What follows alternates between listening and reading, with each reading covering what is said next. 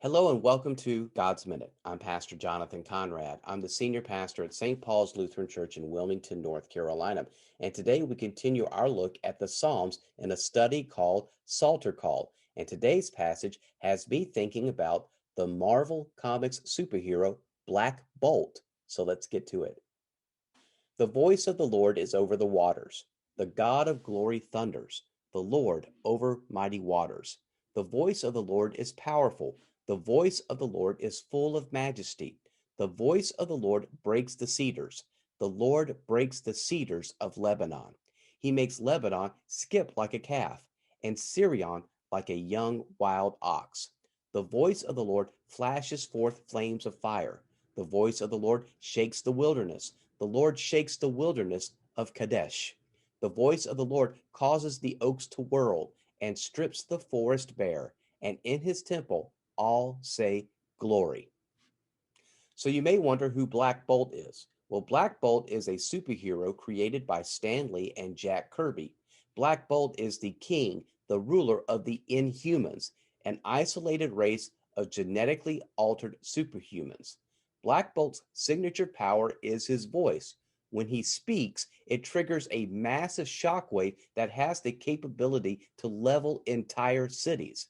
His power is considered so dangerous that he has to remain completely silent, and he even had to train himself not to mutter in his sleep. Someone else who has a powerful voice is God. As the writer of today's psalm says, God's voice can break cedars, shake oaks, strip forests bare, and shoot flames of fire. The writer of the psalm is saying that God's voice calls the shots. So the voice is pretty powerful and destructive, but God's voice can also create. It is the voice of God that says, "Let there be light," which shatters the darkness. God's voice also announces. It is God's voice that says to Jesus, "You are my son, my beloved, in whom I am well pleased." God's voice can create, announce, and destroy.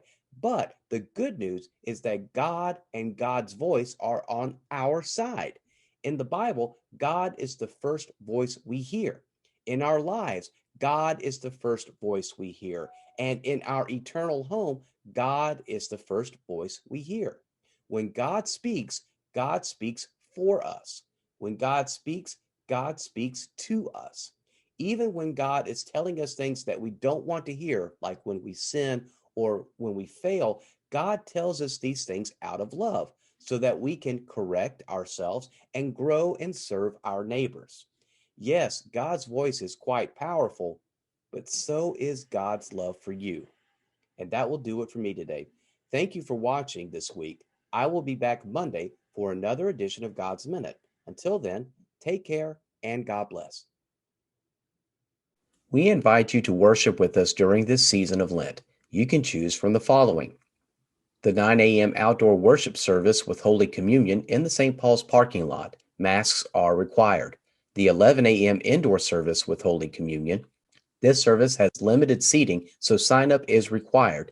Masks are also required. The service is also live streamed on our YouTube channel, so you can worship from your home.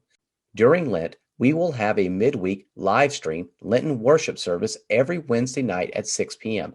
This service can be found on our YouTube channel. If you are looking for a place to worship, come to St. Paul's, where all means all. We also welcome your financial contributions to the ministries of St. Paul's.